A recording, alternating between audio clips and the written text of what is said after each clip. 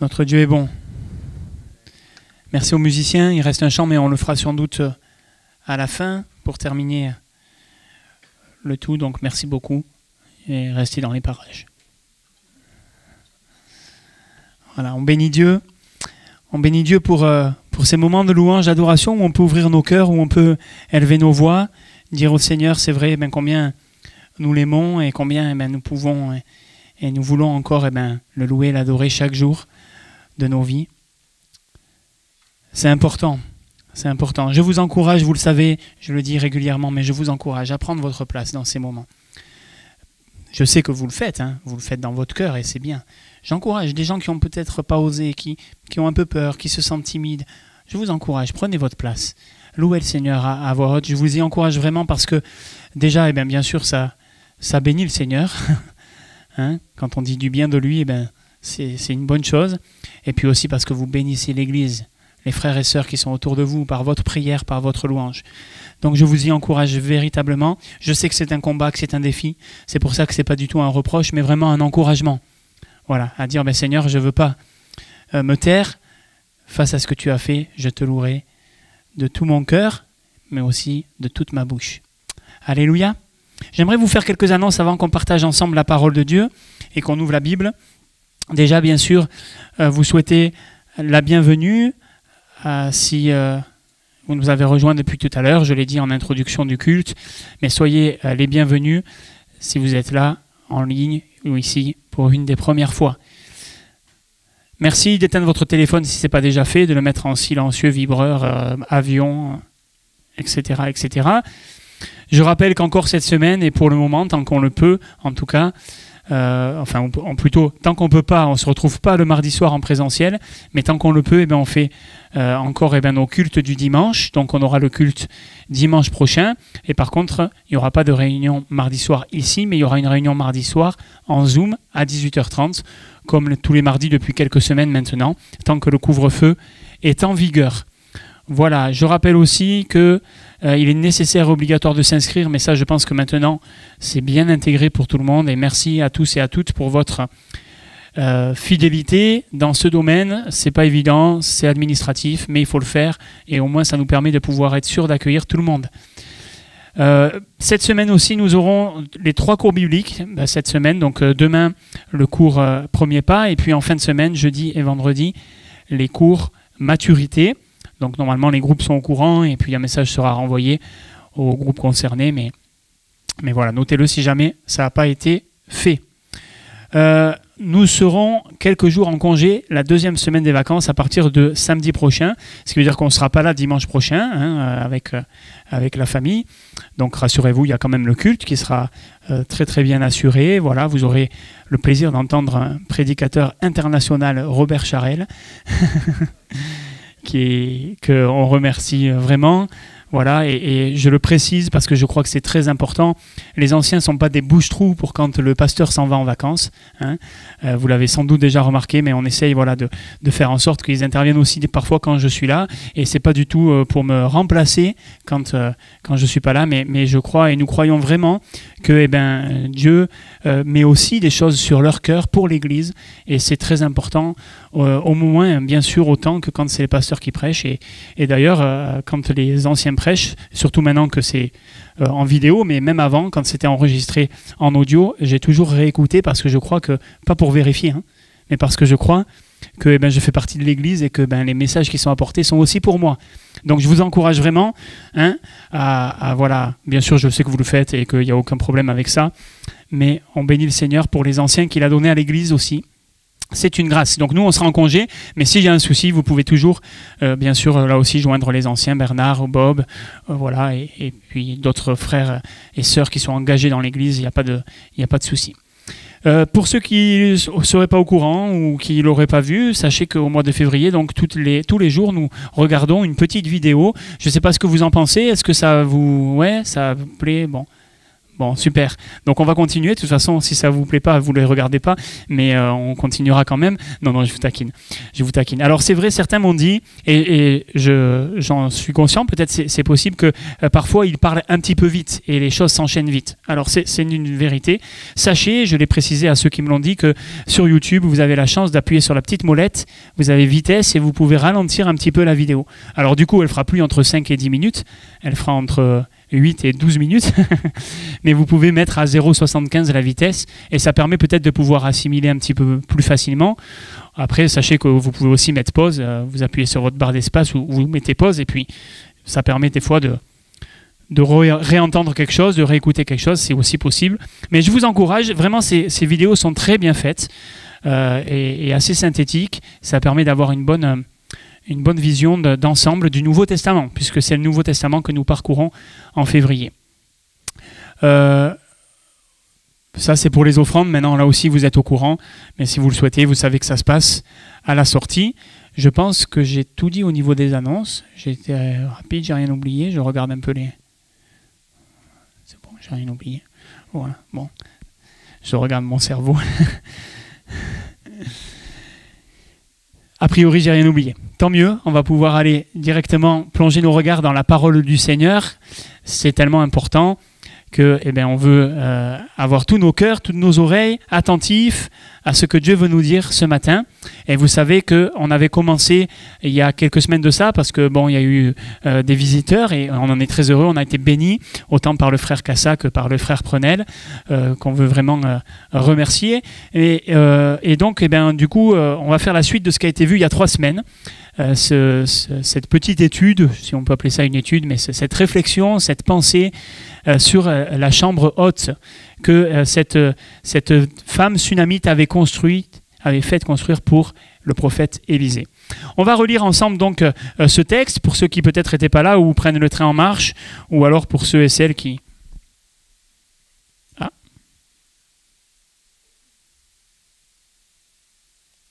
Soit c'est mon doigt qui ne veut pas, soit... Si, ça y est, ça arrive. Voilà, on va relire ce texte qui se trouve dans le deuxième livre des Rois, au chapitre 4 et au verset 8. Aujourd'hui, nous allons parler donc des deux mobiliers qu'il reste. C'est la suite de ce qu'on avait vu la première fois. C'est parti, je ne sais pas pourquoi. Donc on va parler aujourd'hui du siège et du chandelier. Mais avant ça, on relit le texte. 2 Rois, chapitre 4, verset 8. Un jour, Élisée passait par Sunem. Il y avait là une femme de distinction qui le pressa d'accepter à manger. Et toutes les fois qu'il passait, il se rendait chez elle pour manger. Elle dit à son mari, « Voici, je sais que cet homme qui passe toujours chez nous est un saint homme de Dieu. Faisons une petite chambre haute avec des murs et mettons-y pour lui un lit, une table, un siège et un chandelier, afin qu'il s'y retire quand il viendra chez nous. » Élisée, étant revenu à Sunem, se retira dans la chambre haute et y coucha. Il dit à Géasi, son serviteur, « Appelle cette Sunamite. » Géasi l'appela et elle se présenta devant lui. Et Élisée dit à Géasi, « Dis-lui, voici, tu nous as montré tout cet empressement, que peut-on faire pour toi? Faut-il parler pour toi au roi ou au chef de l'armée ?» Elle répondit, « J'habite au milieu de mon peuple. » Et il dit, « Que faire pour elle ?» Géasi répondit, « Mais elle n'a point de fils et son mari est vieux. » Et il dit, « Appelle-la. » Géasi l'appela, et elle se présenta à la porte. Et Élisée lui dit, « À cette même époque, l'année prochaine, tu embrasseras un fils. » Et elle dit, « Non, mon Seigneur, homme de Dieu, ne trompe pas ta servante. » Cette femme devint enceinte, et elle enfanta un fils à la même époque, l'année suivante, comme Élisée le lui avait dit. Amen.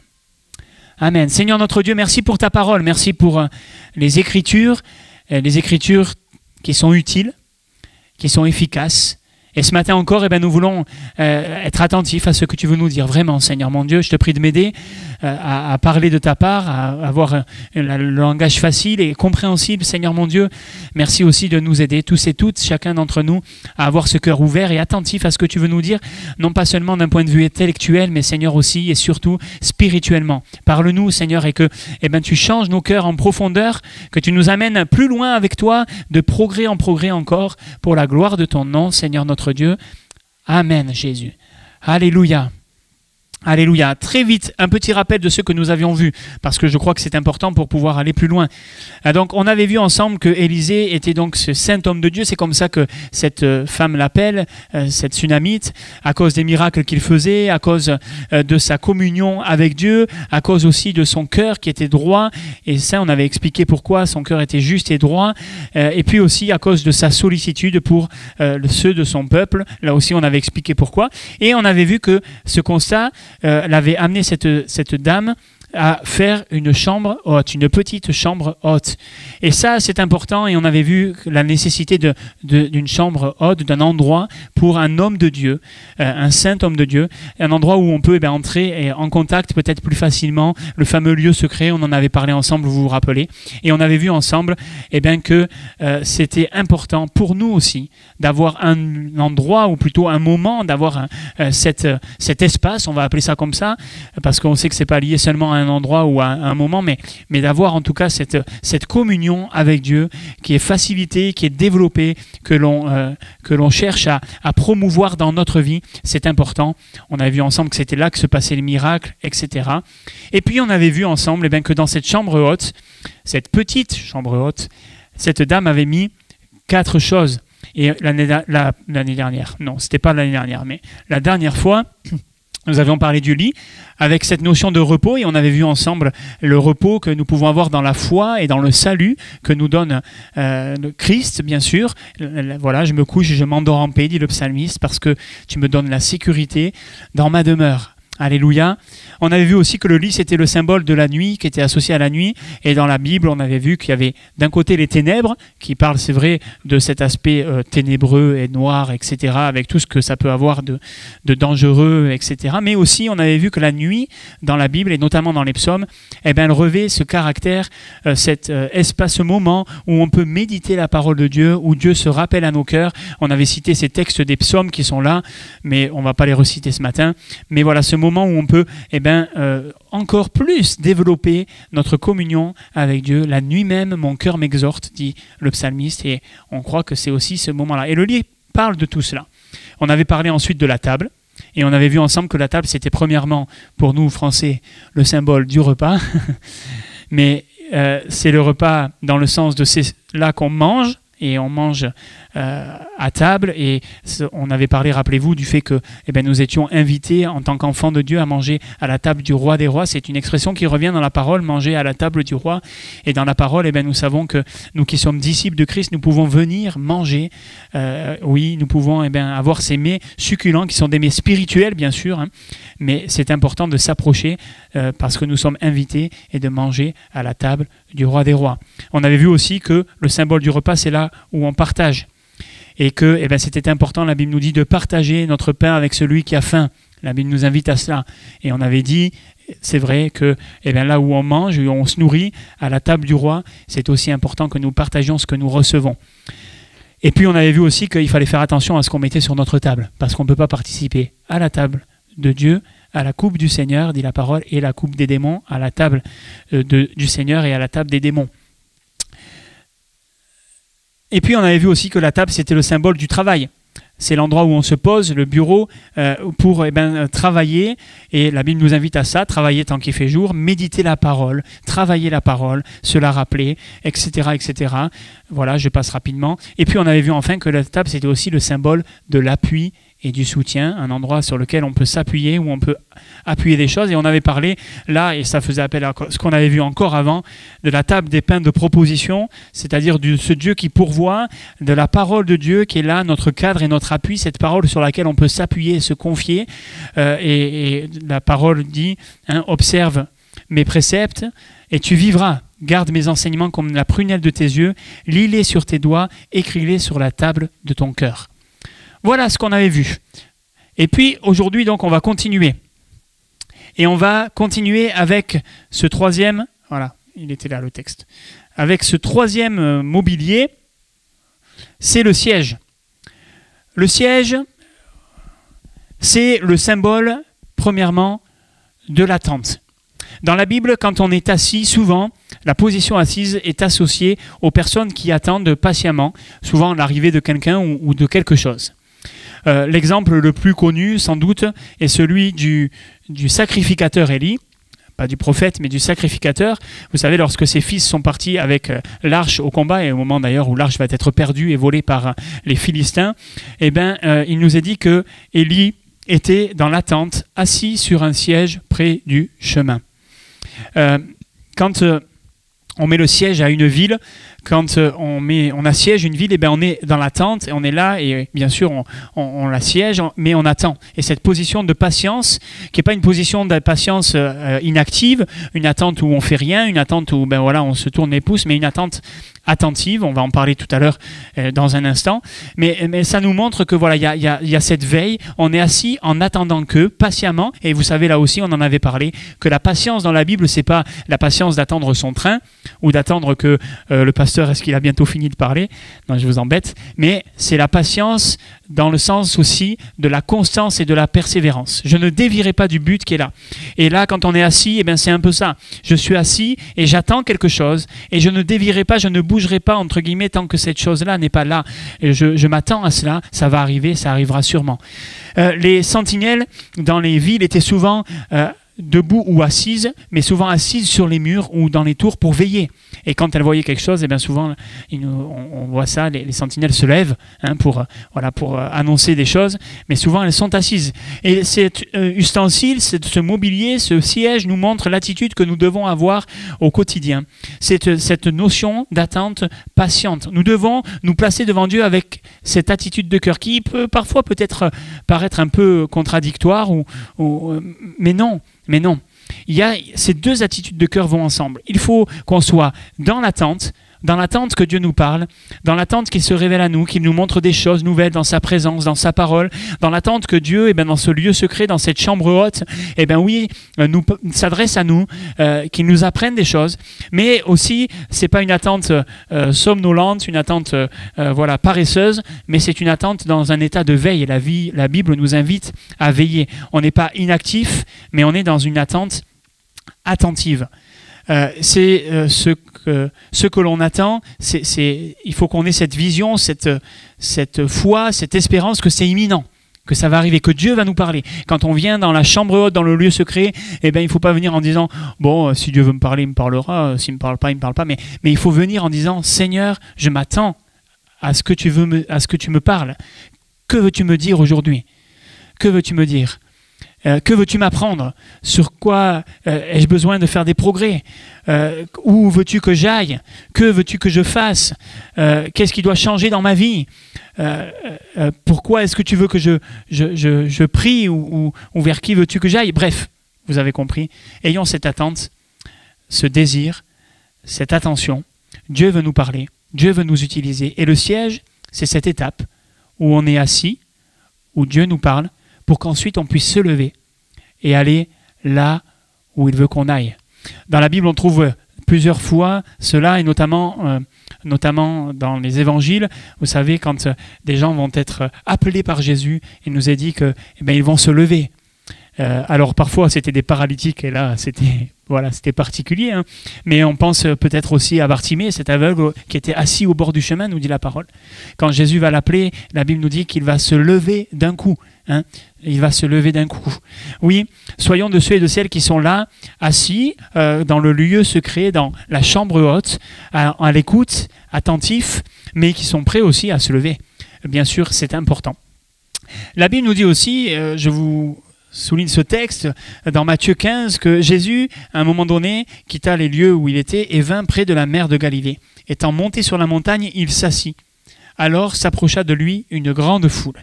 Et la Bible nous dit que Jésus, quand il monte sur cette montagne, il s'assoit, et vous savez que la montagne, là, c'est le symbole de la présence de Dieu aussi. On sait que souvent Jésus, quand il allait sur la montagne, qu'il se mettait à l'écart, c'était pour prier aussi. On connaît toute cette symbolique, Moïse, Élie, etc., qui vont monter sur la montagne. Bref, je pense que c'est clair pour tout le monde. Et là, la foule arrive, et la Bible nous dit que là, il va guérir beaucoup de monde et qu'il va enseigner la foule. Et elle nous dit aussi qu'il va se passer quelque chose d'intéressant à ce moment-là. Il ne va pas les renvoyer le ventre vide, mais il va les faire asseoir. Et quand il les fait asseoir, alors il n'y avait pas de siège pour tout le monde. Hein. À ce moment-là, on ne venait pas avec les sièges pliantes Quechua pour faire le pique-nique ou pour écouter Jésus. Donc, mais il nous a dit qu'il va les faire asseoir dans l'herbe qui était là. Et cette position était là, assise, pour recevoir encore le pain du ciel. Hein, la multiplication qui va avoir lieu à ce moment-là et qui est extraordinaire. Ça nous parle de quoi? Eh bien, ça nous parle, oui, de cette attente, de s'asseoir aussi pour être nourri par Dieu, par ce que Dieu veut nous donner. Le siège, c'est aussi le symbole d'une position et d'une responsabilité. Je vous disais la dernière fois, pour ceux qui étaient là, rappelez-vous que autant le lit que la table, que le siège, ce ne sont pas des choses qu'on avait l'habitude de trouver dans les maisons à l'époque. Pour nous, aujourd'hui, on se dit oui, bon, bah, c'est le minimum, hein, c'est le minimum requis quand même. Au moins qu'il fasse ça, quoi. C'était vraiment le minimum. Mais à l'époque, c'était du luxe. À l'époque, on s'asseyait par terre pour manger, les maisons étaient petites. À l'époque, eh bien, on dormait souvent sur des nattes qui étaient à même le sol et on mangeait sur le sol aussi, sur des nattes, pareil. Il n'y avait pas de table, sauf pour les gens de distinction. Il nous est dit que cette dame était une dame de distinction et elle a voulu pour Élisée eh bien, mettre quand même un certain confort. C'était pas rustre, c'était pas rudimentaire, c'était pas rustique. C'était un certain confort pour l'époque en tout cas. Et le siège est le symbole d'une position et d'une responsabilité, parce que le mot qui est utilisé est un mot qui est aussi traduit parfois par trône, et souvent d'ailleurs par trône. C'est le même mot, le siège, le trône. Là où l'on siège, où l'on trône, et il s'agit donc d'un siège qui fait référence à une position aussi, à un honneur, à une autorité particulière. Et il n'y avait pas de siège dans la plupart des maisons de l'époque, mais dans les maisons des gens importants. Littéralement, ça veut dire ce qui a levé le siège. Ce qui a levé. Ce qui lève. Ce qui lève. Alors, et je crois que ça doit là aussi nous parler. Le siège est ce symbole de la position, d'une position stable, d'une responsabilité qui est là. Premièrement, c'est vrai, d'une position. Et nous devons nous rappeler, je vous ai mis quelques textes ici, vous pourrez les noter, mais vous les connaissez, je vais vous les citer rapidement. Nous siégeons par la foi avec Christ dans les lieux célestes. Nous sommes assis avec lui dans les lieux célestes.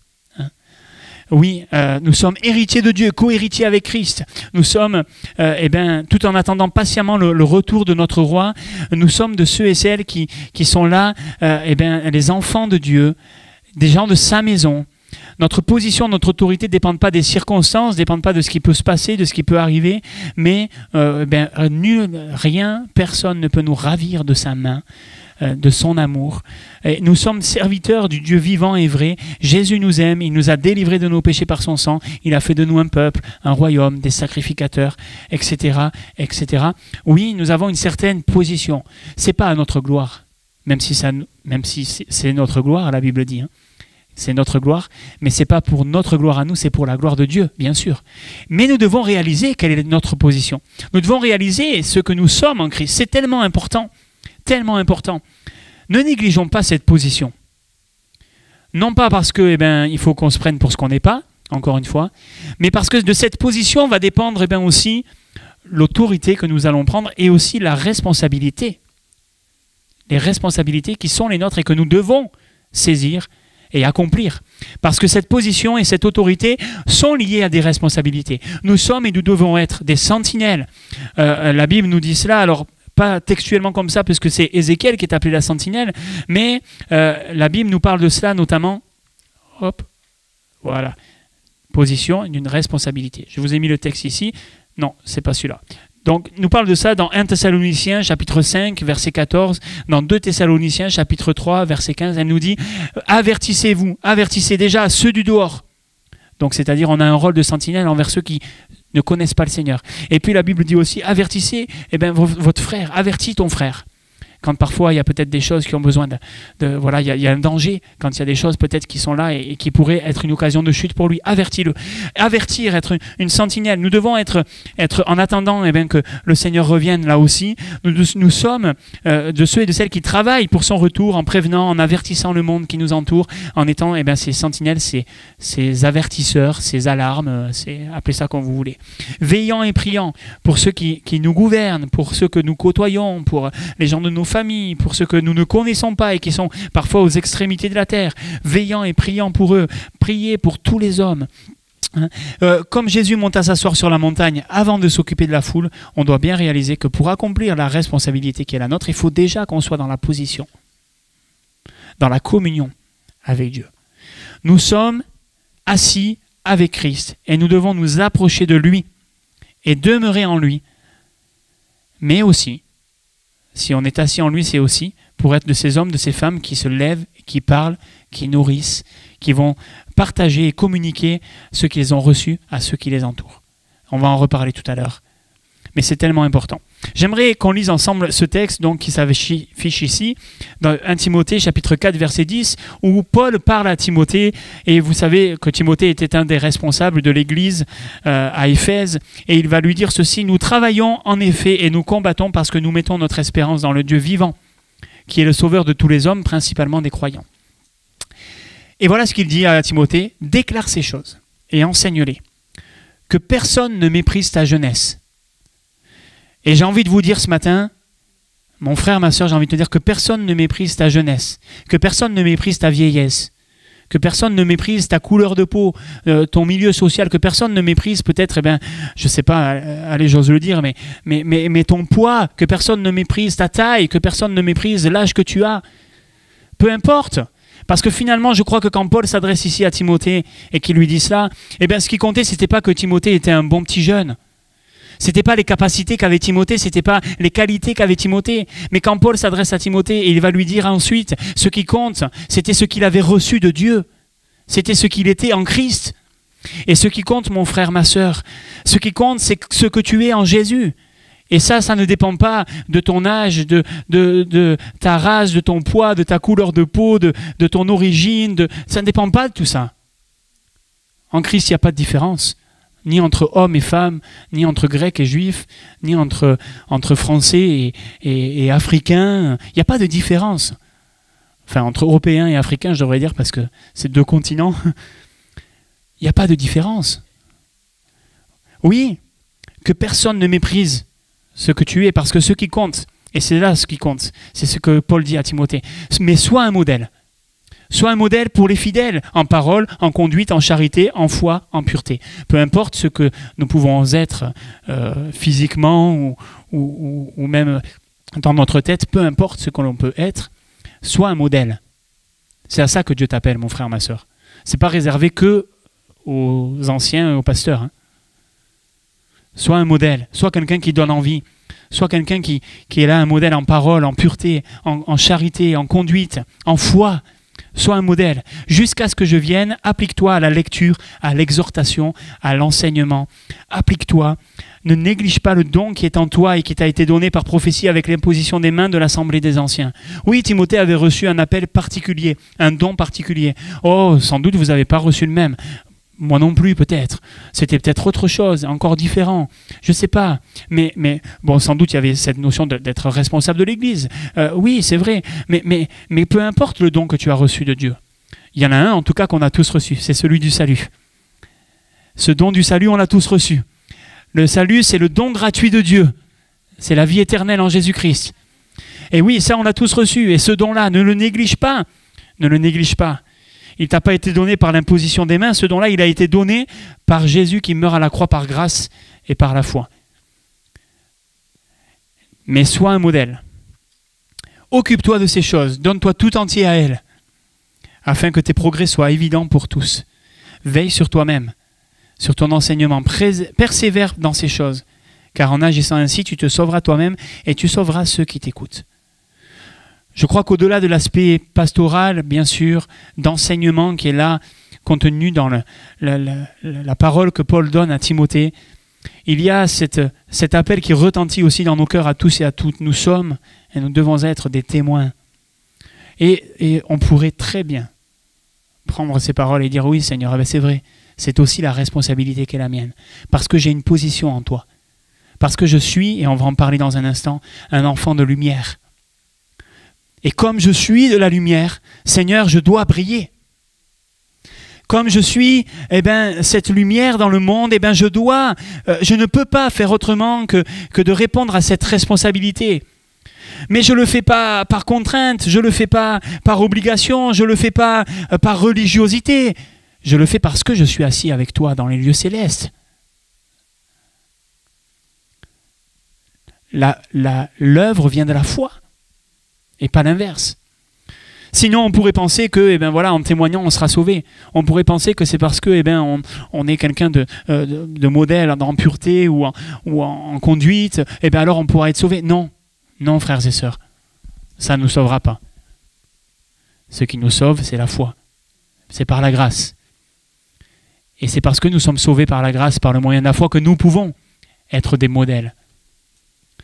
Alors je continue et le temps passe, mais on va parler de ce dernier ustensile. Là, je ne sais plus où j'en suis, si c'est bon, je suis bien. C'est le chandelier.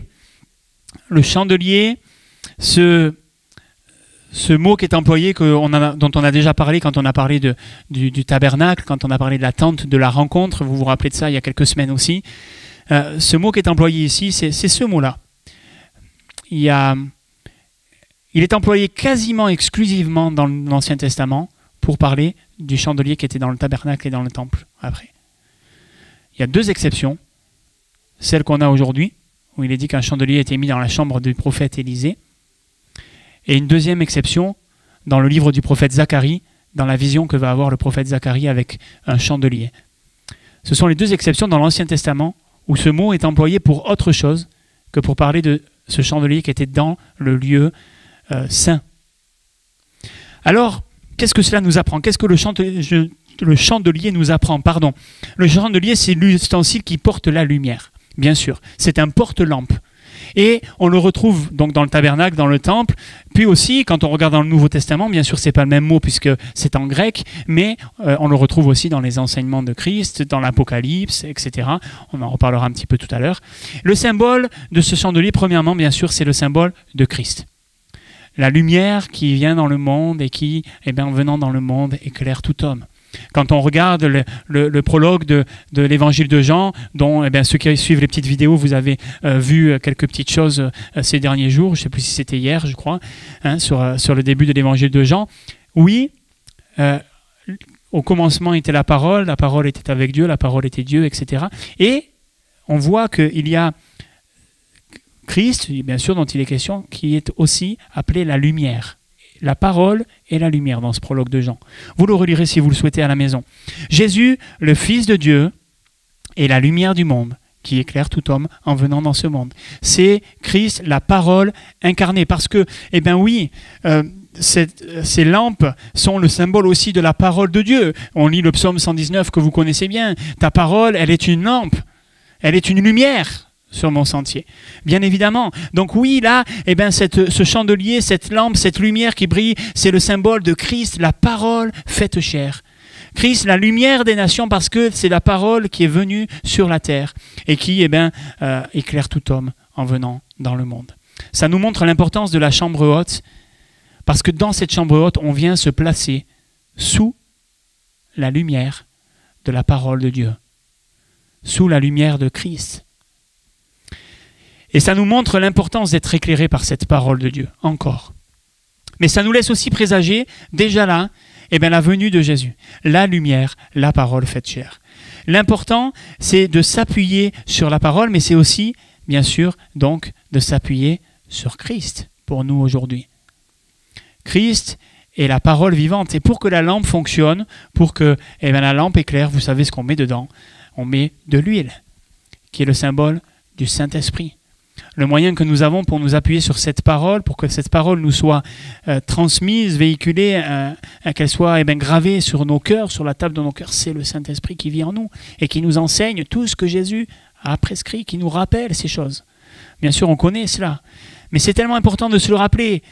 C'est nécessaire que la lumière de la parole de Dieu brille en nous, que l'huile coule pour que la lumière soit alimentée. Il est nécessaire que le Saint-Esprit prenne la place dans nos vies afin que ce ne soit plus nous qui vivions, mais Christ qui vive en nous. Si ce n'est pas l'œuvre du Saint-Esprit, ça ne sera pas l'œuvre de notre intelligence, ça ne sera pas l'œuvre de notre entendement, ça ne sera même pas l'œuvre de notre bonne morale. Il n'y a que Dieu qui peut faire cela dans nos vies.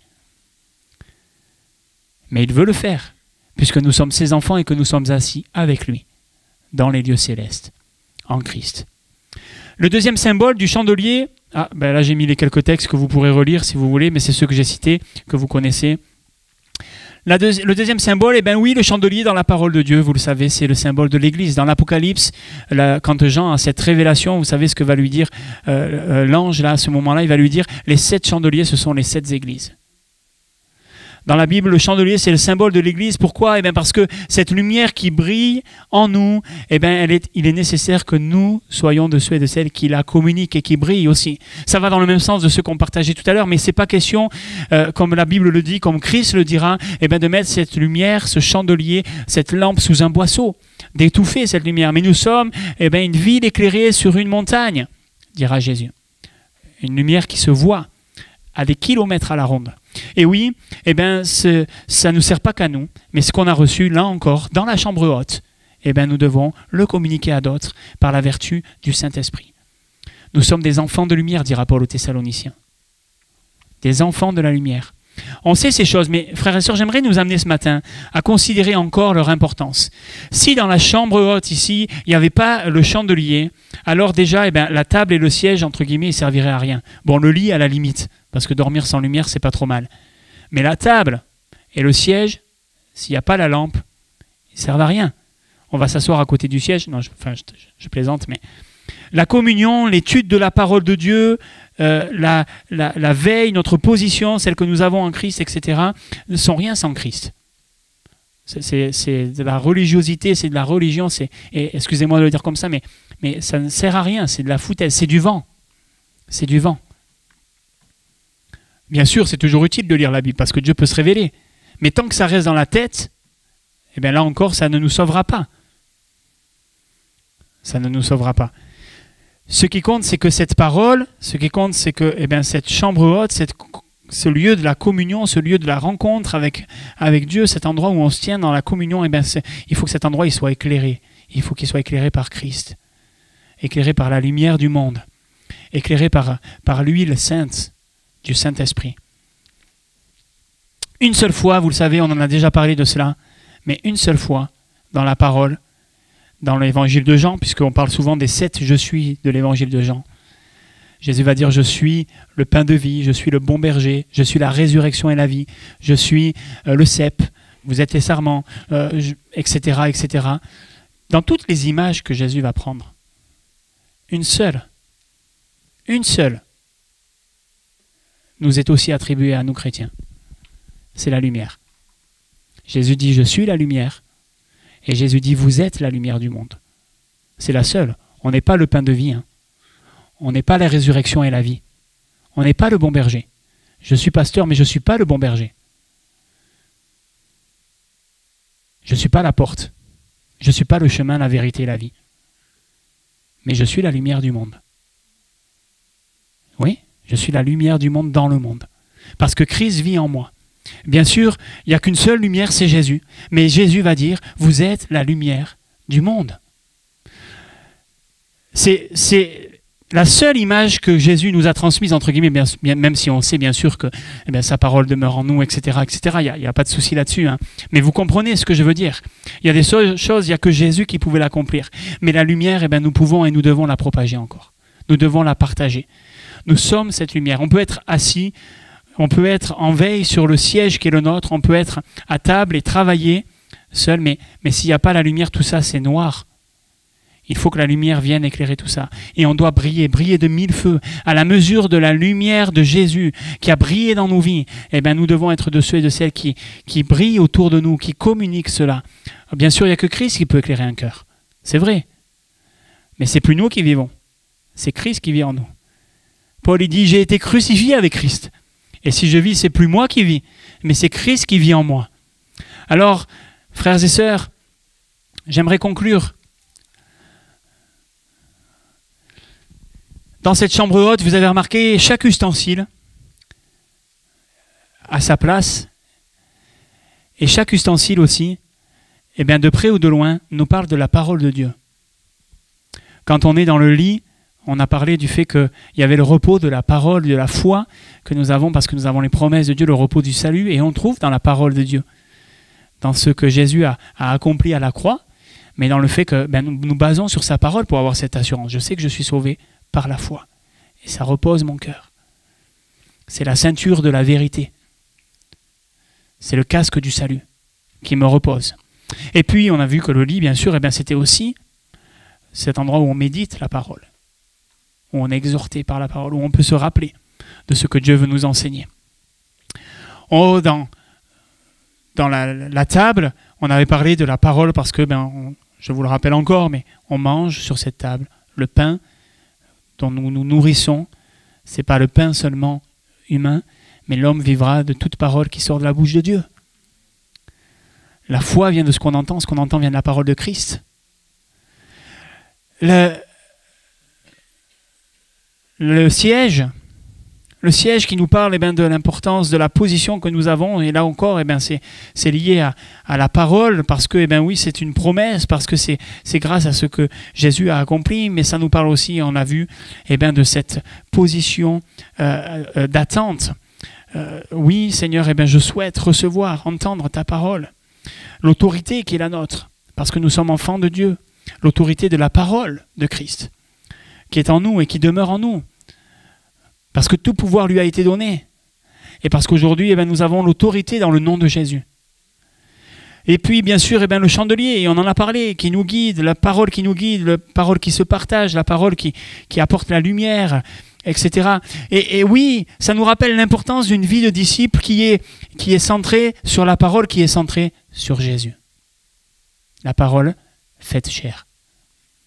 Aujourd'hui, cette parole nous est communiquée par le Saint-Esprit. Nous l'avons, bien évidemment, et nous la chérissons. Et il faut la lire, la méditer. Dans la chambre haute, c'est nécessaire. S'il n'y a pas la parole de Dieu dans la chambre haute, c'est inutile là aussi. Mais tout doit tourner autour de cette parole, autour de ce que Dieu veut nous dire, de ce que Dieu veut nous amener à comprendre. Et ça nous rappelle l'importance que cette vie de disciple, on suit Christ, elle est basée sur lui. Elle est christocentrée, centrée sur Jésus. Et on a soif, on doit avoir soif d'une chambre haute, soif d'un seul lieu, de ce moment d'intimité. Et dans notre intimité, on doit savoir à la fois se reposer sur Christ et sur sa parole. On doit savoir la méditer, l'étudier, la travailler. On doit savoir s'en nourrir. On doit savoir la partager, partager ce pain de vie qui est là. On doit savoir aussi être dans l'attente, attentive, patiente, que Dieu nous parle, que Dieu se révèle à nous. On doit être conscient de la position que nous avons en Jésus-Christ et de notre responsabilité face à cela. Cette femme qui était là, qui était riche, qui était une femme de distinction, elle avait besoin de rien, mais elle avait soif et elle avait envie de cette parole, de la vie. Faisons une chambre haute, une petite chambre haute.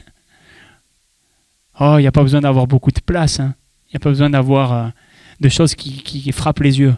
Il y a simplement besoin d'avoir ce moment, cet endroit, ce lieu, cet instant où on vient. Oui Seigneur, c'est mon désir. Elle ne désirait pas de bien en retour et a priori, elle n'aura pas de bien, quoique. La Bible nous dit que celui qui reçoit un prophète, il recevra une récompense de prophète. Donc je ne sais pas après ce que ça a donné, mais en tout cas, elle va recevoir une riche bénédiction. Un fils extraordinaire. On connaît la suite, on sait ce qui va se passer et ce que ça peut engendrer. Mais gloire à Dieu qui va se révéler, qui va se manifester aussi dans un miracle extraordinaire.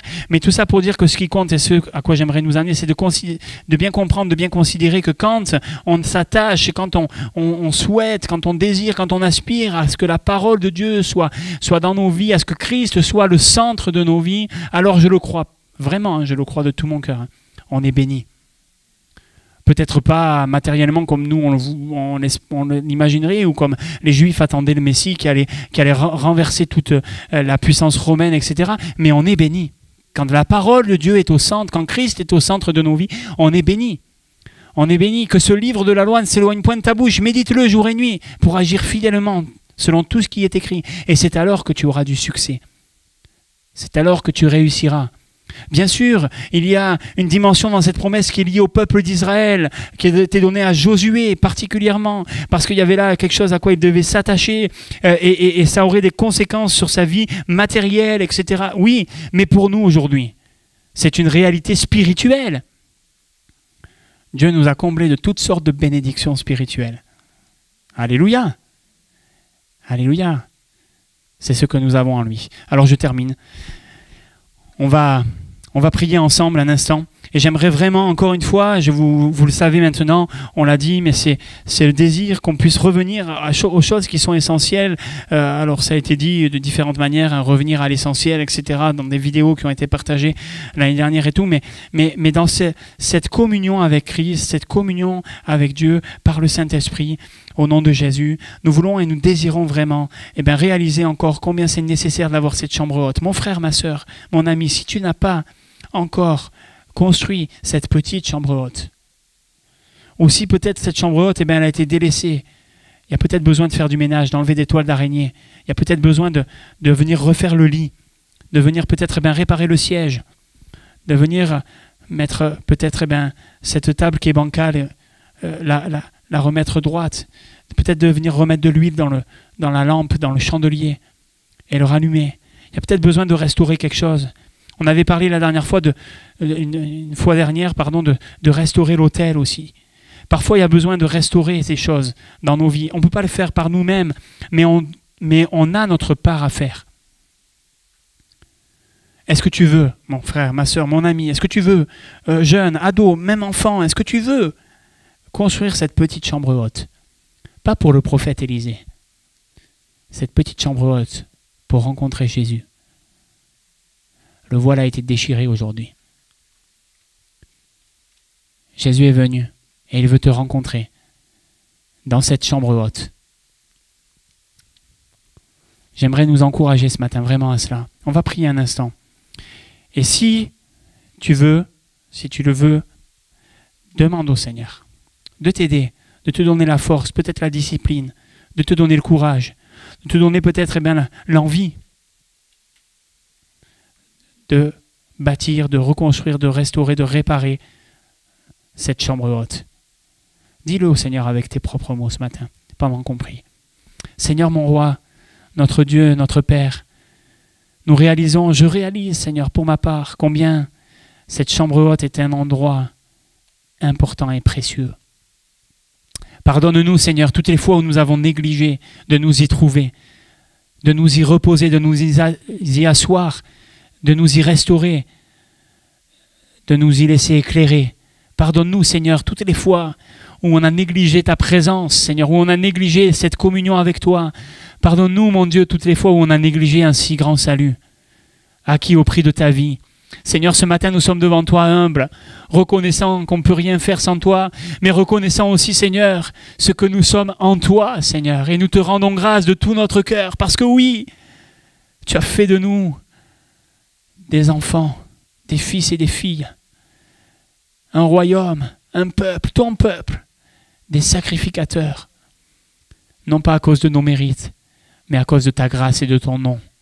Alors ce matin, Seigneur, c'est au nom de ta grâce, à cause de ton nom, que nous voulons implorer encore ton pardon, Seigneur, pour les fois où on n'a pas été à la hauteur, et il y en a eu, mais implorer aussi, Seigneur, ton secours, afin d'aller de l'avant, afin, Seigneur, de pouvoir aller de progrès en progrès, et que ces progrès soient évidents aux yeux de tous, pas pour notre gloire, mais pour que ta parole soit connue, soit vue, qu'on soit cette lettre ouverte. Seigneur, merci. Merci pour ta patience, merci pour ta grâce, merci pour ton amour. Sois béni notre Dieu. Amen, Jésus. Alléluia. Alléluia, sois glorifié. Alléluia, Seigneur. Amen. Allez, j'invite les musiciens à revenir. On a 5 minutes encore. Il est 11h25. On va chanter le dernier chant. Ce chant, on a chanté la dernière fois déjà et j'aimerais qu'on le rechante ensemble qui dit « Seigneur, j'ai soif de ta présence ». Voilà. Chaque jour, à chaque heure, j'ai besoin de toi. Viens Jésus et demeure auprès de moi. Alléluia. On va reprendre ce chant ensemble et puis ensuite, peut-être, à la fin de ce chant, vous écouterez bien les consignes de Bob et Brigitte pour la sortie. On est un petit peu moins nombreux ce matin, donc ça pose un peu moins de problème. Mais voilà, dès la fin du chant, s'il y en a qui veulent sortir, il y a pas de souci. Je ne reparlerai pas. Mais prenons ce chant ensemble. Seigneur, j'ai soif de ta présence.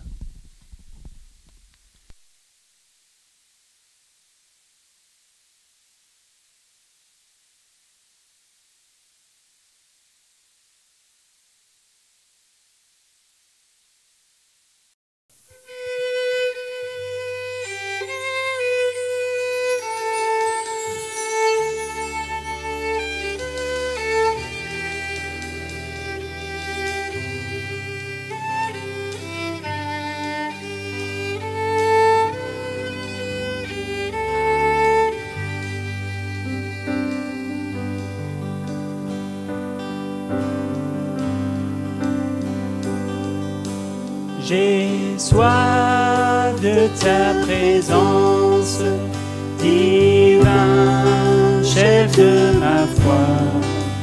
Dans ma faiblesse immense, que ferais-je sans toi?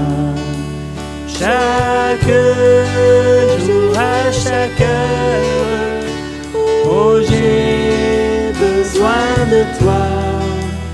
Viens Jésus et demeure auprès de moi.